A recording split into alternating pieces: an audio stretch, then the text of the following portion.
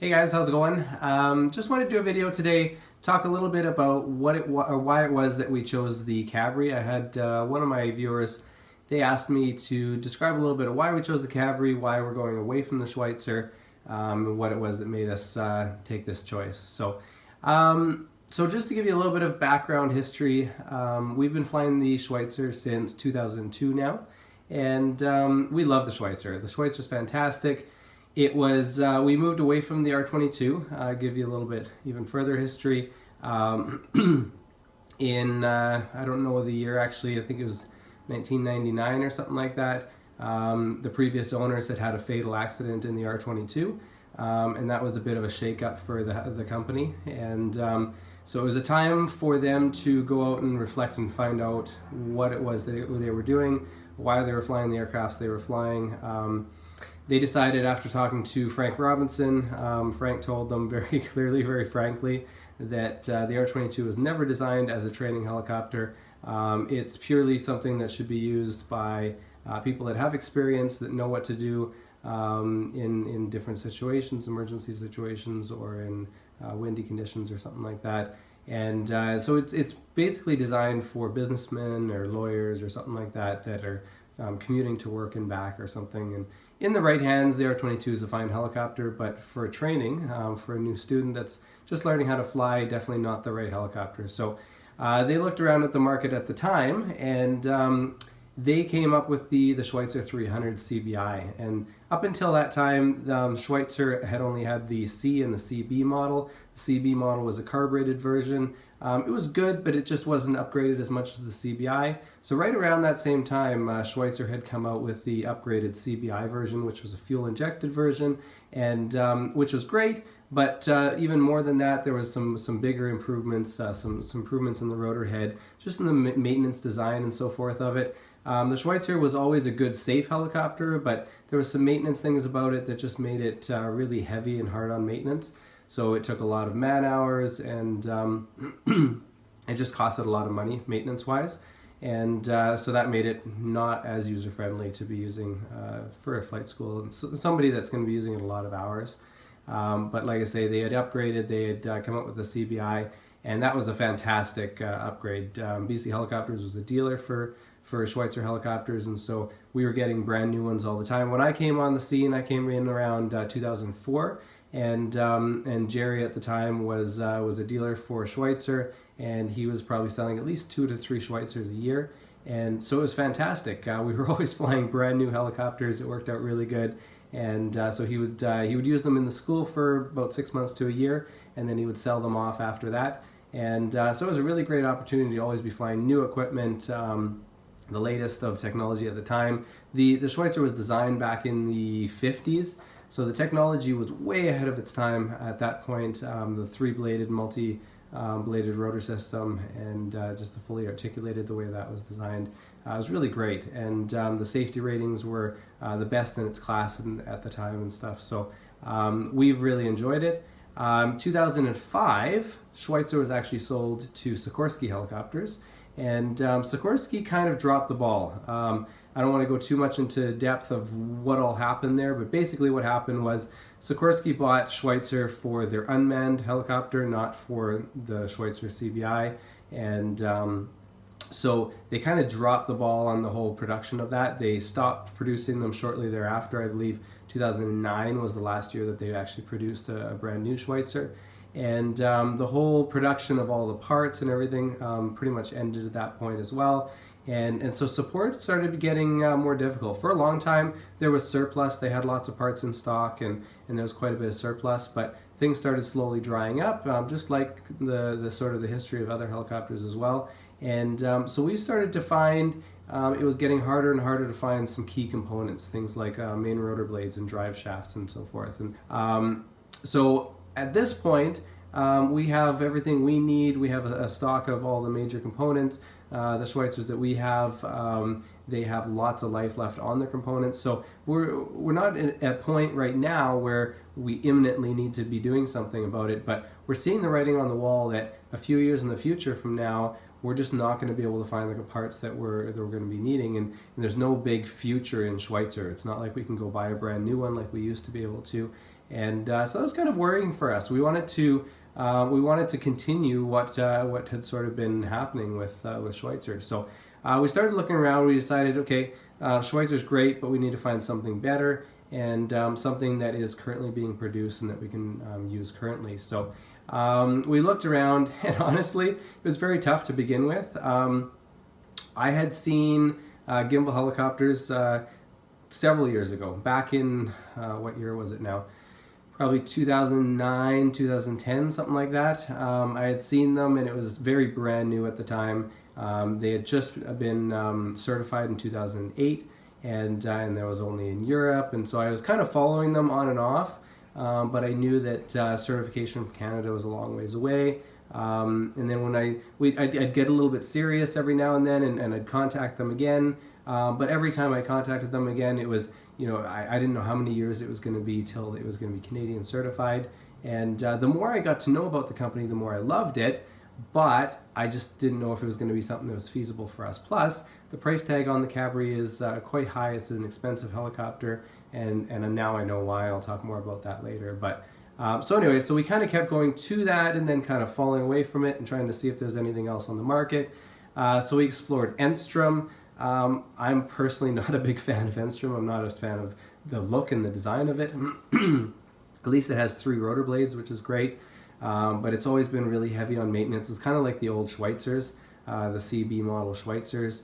And something that really, I think really turned me off, when a company that is currently producing helicopters decides to come out with a brand new helicopter. They're just in the works right now of certifying a brand new training helicopter, a 2-seat helicopter. When they do that, but they don't really innovate at all, it's the exact same body, the exact same rotor head, the exact same design as they've always had in the past, and there's no real new innovation. I'm sure that if you talk to them, there's probably little things that have been changed and there's innovations there, but it just doesn't look like it, doesn't feel like it, doesn't feel like a new helicopter, like a 21st century helicopter. So we looked at it for a few minutes, really. We sent an email, got an email back, and that was pretty much the end of it. We couldn't get our heads wrapped around actually moving in the Enstrom direction. Honestly, there isn't a lot in this market, so we looked at the Robinson R44. We're currently operating the R44 as a endorsement helicopter, not as something as a ab initio trainer for brand new students. So we took a really hard, serious look at the R44, just because it's very economical, and it's just so widely used. We thought, it's something that the students are going to be flying in the industry anyways. Maybe we can make a go of it, but there was just too many factors that just kept drawing us back. And I've mentioned this little snippets in my previous videos, and again, I don't want to go into a full in-depth explanation, but just to delve a little bit into it, the 2-bladed rotor system, the way it's designed, it's a teetering rotor system. It's called underslung, so essentially if you kind of picture it like this, the bolt is up here that actually mounts the whole rotor system, and the whole rotor system teeters like this, if you can picture that. So there's a shaft down the middle like this, that's the main rotor drive shaft, it's bolted up top, and then the whole rotor system actually teeters back and forth like this. And the issue with a system like this is when it teeters, if you get into some serious turbulence and the helicopter gets unloaded, so it's called low G when the helicopter gets unloaded, and the helicopter is light, and so now the rotor system has the ability to teeter dramatically back and forth like this. What can happen is the root of the blade right here can come in contact with the main rotor mast. It's called mast bumping. And so that'll actually hit the mast, and if it hits it too hard, it can damage the mast and it can actually shear it off. And so it's called mast bumping. It leads to the rotor head coming off, or if it mast bumps too much, that rotor blade can actually start erratically flapping. That rotor blade can actually come in contact with the tail boom, and it can chop your tail boom off. And I don't want to get in depth into the aerodynamics of it, but that's the basics of it. It's something that can happen if the pilot over controls very quickly on the controls, does a dramatic cyclic control movement, or he gets into a really heavy turbulent situation where the helicopter becomes unloaded, and again, probably an over control of the controls because of the turbulence. And so you can get mast bumping, you can chop your tail boom off. And we're reading more and more of these accidents where either students or even experienced pilots get into these situations. and they have a fatal accident. The helicopter breaks apart in the air because of it. And so we started thinking about these things, and I've personally trained a couple people, not very many, but a couple of people from ab initio, which means from zero experience, from 0 hours, on the R44 right up to a commercial course. And every time I just feel like this is not the helicopter to be using for training, for beginner training. And it's a big helicopter. There's a lot to sort of be controlling, and a weight and balance. There's a bit of a weight and balance with the helicopter, an issue with the weight and balance as well. When you're by yourself in the helicopter, you guys may have seen this in a couple of Ruben's videos recently when he was out there solo. When the pilot is in there by himself, the helicopter actually sits like this. This is the tail rotor back here, because there's not a lot of weight in the front. And if you have 2 or 3 people, the helicopter starts to level out. 4 people, the helicopter sits pretty much level. 3, it's a little bit tail low. 2, it's a little bit more. 1, it's very tail low. And so if a student is not paying enough attention, he's coming in on a solo landing, and he comes in a little bit too hard, too fast, that tail is down nice and low, and it's very easy to strike that tail on the ground. So whenever I've sent students solo in the R44, I always pack a whole bunch of weight in the front seat, either under the seat or on the seat or both, or even maybe in the floor mat up front. I pack some weight in there, so it's kind of the same as having a second passenger in there. And that brings the nose down. I think it brings the safety margins up a little bit. Near the end of the course, I'll let them go solo without any weight, just so that they can feel what it's like. And so, yeah, so that's a couple of the concerns. And the price point as well, it's a little bit too expensive. I can't bring the price down low enough. There's just no way I can bring it down low enough to compete with a 2-seat helicopter. And so now students are having to pay a lot more money than I really feel like they should, because when you're a beginner, when you're just learning how to fly the helicopter for the very first time, you don't need a big helicopter. You don't need to learn how to drive in a Mercedes or a Ferrari or something like that. When you want to learn how to drive, you need to learn how to drive the vehicle, whatever it happens to be. And if it's a Honda Civic or something like that, that's perfect, right? Something that's not too expensive. You can't do too much damage to it, and it's simple. Doesn't have too many crazy systems you have to be worrying about or anything. But the idea is you can learn how to drive in a cheap vehicle as opposed to an expensive vehicle. And it's the same thing in training with a helicopter. Why not learn in something that is affordable to fly as opposed to something that's really expensive? Just to give you a ballpark of price, the Cabri or the Schweitzer is $520 an hour, whereas the R44 is $725 an hour. And so there's a big price difference for students. And it's really hard to bring that price point down because there's very small profit margins in the helicopters. So that was a big issue as well that we were toying with.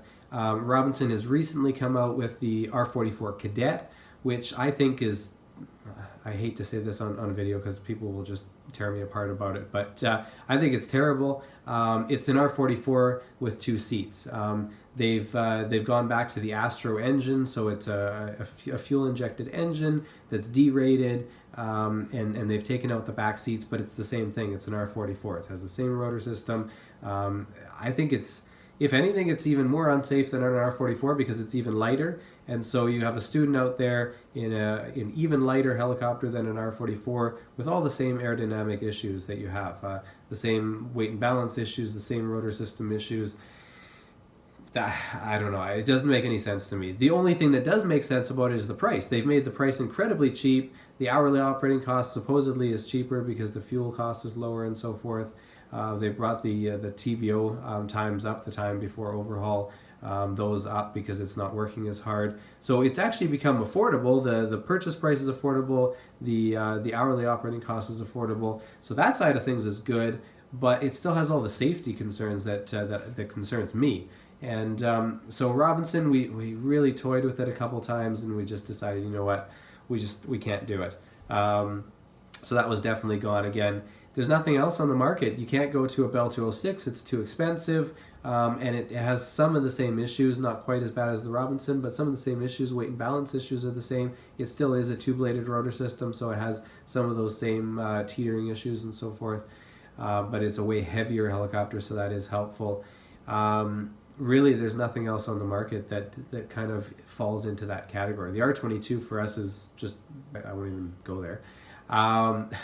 So then the only clear option was the Cabri. So then we started learning more about the company. And this is getting very long-winded. Sorry, guys, if it's too long. But we started learning more about the company. I started emailing them on a regular basis, reading more of their materials, and the more we learned, the more we loved. And about 2 years ago now, my brother Sancho and I went over to the factory. We got to meet Bruno Gimbel and Roland and Sandra and all the wonderful people there that run the company and that are part of the design team and everything. And we got to tour the factory. They showed us all the design features of the helicopter, how it's built, how they designed it, why they designed it the way they did, and we were blown away. Like from that moment on, we were just, Sancho and I were looking at each other just like shaking. We were so excited, and we were thinking, we have to get into this helicopter.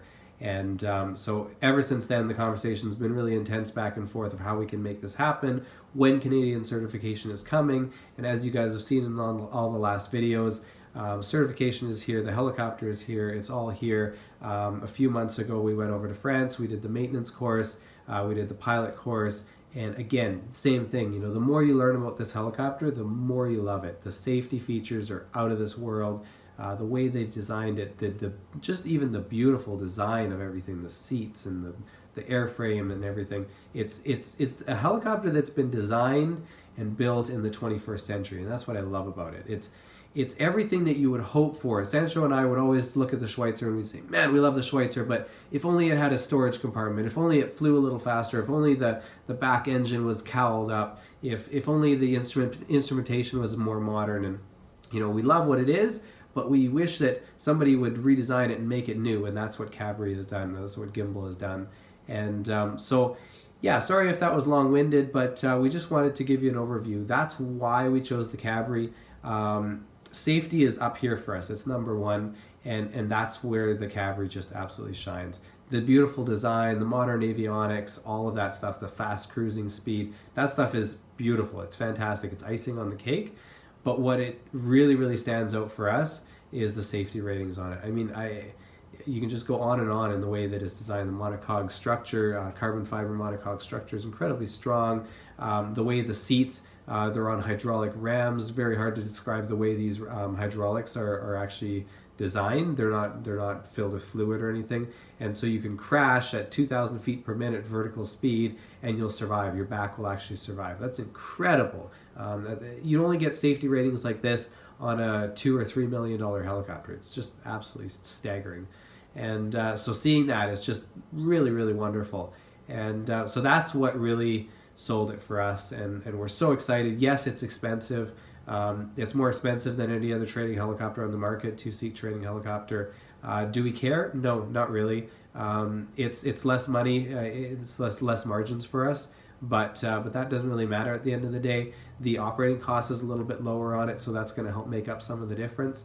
But what we really care about is when you, our student, is out there solo, that we can feel confident that you're out there safely. And that we can feel confident that we can send you out and do advanced exercises and still be confident that you're safe. And that's what really matters, because I don't want to send you out solo to the infield of the airport every day and just do hover work, because that's all I feel comfortable with you doing. I want to be able to send you on a big long nav trip and feel comfortable that if you hit some turbulence, hit some winds, you're going to be safe, you're going to be fine. I want to be comfortable that you can go into fairly advanced confined areas, nothing too crazy, but fairly advanced confined areas, confined spaces, and that you're going to be totally safe with that helicopter. So I want to have that confidence that when my students are out there and I'm not in the helicopter with them, that they're going to be totally fine. They're going to be safe with that helicopter. So why did we choose the Cabri? That's why we chose it. So I hope you like this description. I hope it makes sense. Leave comments in the comment section below if you do have questions. If something didn't make sense to you, feel free to ask the questions. I love answering all you guys' questions. I just absolutely love how you guys have been engaging in the last few videos and throughout all the videos as well. You guys are really, really awesome. It's great to hear your feedback, and I really encourage more feedback. Send questions, send anything you want, and I'll be more than happy to answer it for you. If you like this video, give it a thumbs up. If you haven't subscribed already, please subscribe. If you think this is interesting for somebody else that you know, share it with your friends. I'd love to get the word out there more about what we're doing here at BC Helicopters. about the helicopters that we're flying, why we chose the Cabri, and love to take you along for the adventure. So share it with your friends. I have some really exciting things coming up in the next year and a half, and I can't wait to share these things with you. I'm really looking forward to it. So until next time, we'll talk to you guys later.